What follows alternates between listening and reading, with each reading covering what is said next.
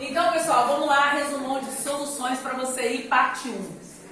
Uma solução é uma mistura homogênea, ela só tem uma fase.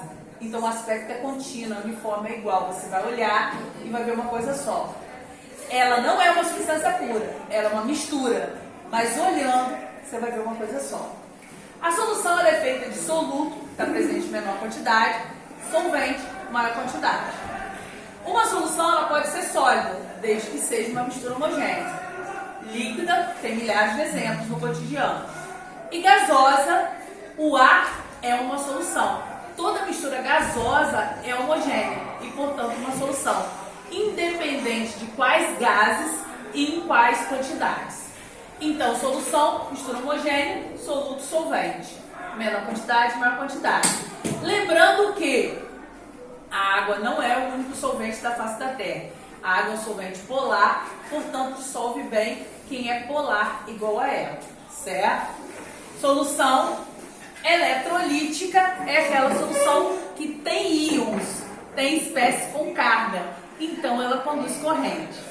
A solução não eletrolítica, ela não tem íons, ela não conduz corrente, certo?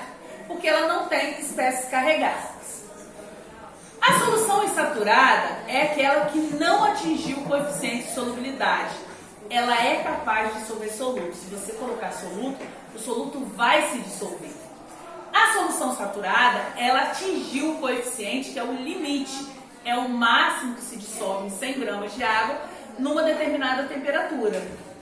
A solução saturada, ela pode ter corpo de fundo, corpo de chão, precipitado, cristalizado, ou não. Se você colocar só o limite que se dissolve e parar, ela não vai ter nada no fundo. Mas se continuar a colocar soluto, vai ter corpo de fundo. A solução supersaturada, que é uma solução até que os alunos têm muitas dúvidas, ela possui uma quantidade de soluto dissolvido, essa palavra-chave, superior ao CS. Então, todo soluto tem que estar dissolvido. Ela não possui corpo de fundo, ela não possui corpo de chão.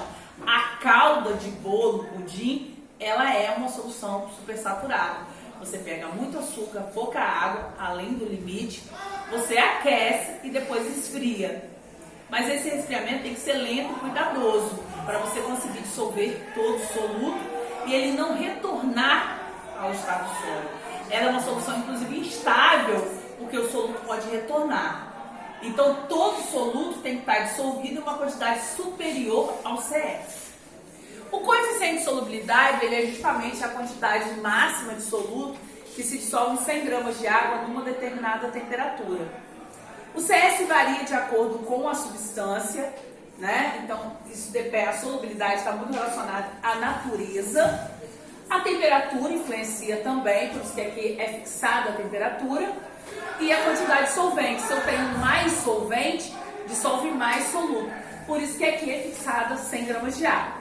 Um exemplo aqui é o coeficiente de solubilidade da sacarose a 20 graus Celsius, que é de 220 gramas por 100 gramas de água. A relação com a água é totalmente linear. Dobrou a quantidade de água, dobra a quantidade de soluto dissolvido. Mas lembrando que essa relação não é linear com a temperatura. Eu não posso afirmar que a 40 graus se dissolve o dobro, certo? Aqui temos a curva de solubilidade. Eu tenho no eixo Y a temperatura, no eixo Y a solubilidade em gramas de soluto por 100 gramas de água e no eixo X a temperatura. Para cada temperatura, uma solubilidade, um limite, um máximo. Em cima da curva, a solução saturada, abaixo dela insaturada e aqui supersaturada. Eu posso, para essa temperatura, limite máximo, CS, coeficiente de solubilidade. Gostaria ainda de lembrar vocês o seguinte: geralmente a dissolução é endotérmica, ela absorve calor para a maioria das substâncias. Maior temperatura, maior solubilidade. Mas nós temos exceções a essa regra. Uma exceção importante é o caso da dissolução dos gases na água. Os gases dissolvem melhor a mais baixa temperatura. Isso quer dizer que um lago a uma temperatura inferior vai ter maior quantidade de oxigênio dissolvido. Devemos lembrar que se a gente balançar um refrigerante quente e abrir, o gás sai todo muito rápido, arrastando o líquido. Se eu abrir esse mesmo refrigerante gelado, não é que o gás não vá sair, mas ele vai sair mais lentamente. Os refrigerantes são embalados gelados para reter o gás dissolvido.